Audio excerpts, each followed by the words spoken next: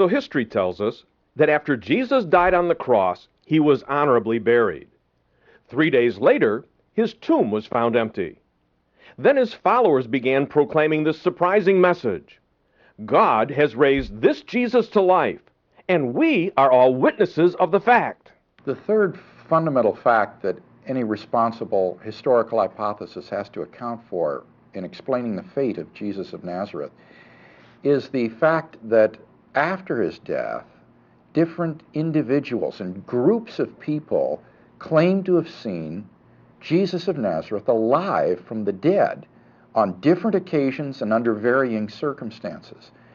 Now, this general fact is one that is universally acknowledged today among New Testament critics.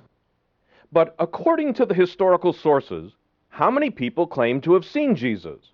Now, of course, the key list there is in 1 Corinthians 15. In that list, you have individuals, leaders of the church. Paul starts with Peter, ends with himself, in the middle has James, the brother of Jesus.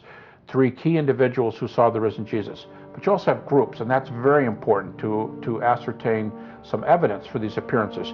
You have the 12, you have a group he calls all the apostles, you have more than 500 brethren, most of whom remain alive. Now, when you go to the Gospels, and I think also with good grounds, we have, for example, the women. You have several women at the tomb, and probably Mary Magdalene alone as she returns.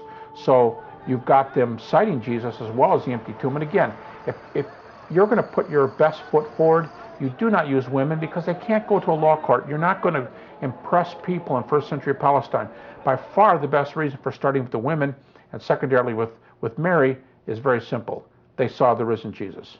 Now the Gospels also tell us about a long walk with 2 men on the way to Emmaus. I mean, it takes a while to walk and talk for miles with this visitor who turns out to be Jesus. You have appearances to the groups of disciples.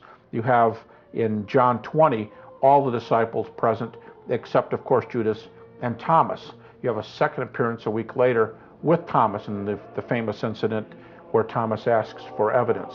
So you've got a wide range of activities. You've got men and you've got women. You've got individuals and you've got groups. You've got indoors, outdoors, sitting, standing, fishing, making a shore lunch, walking with them, hanging on by the ankles.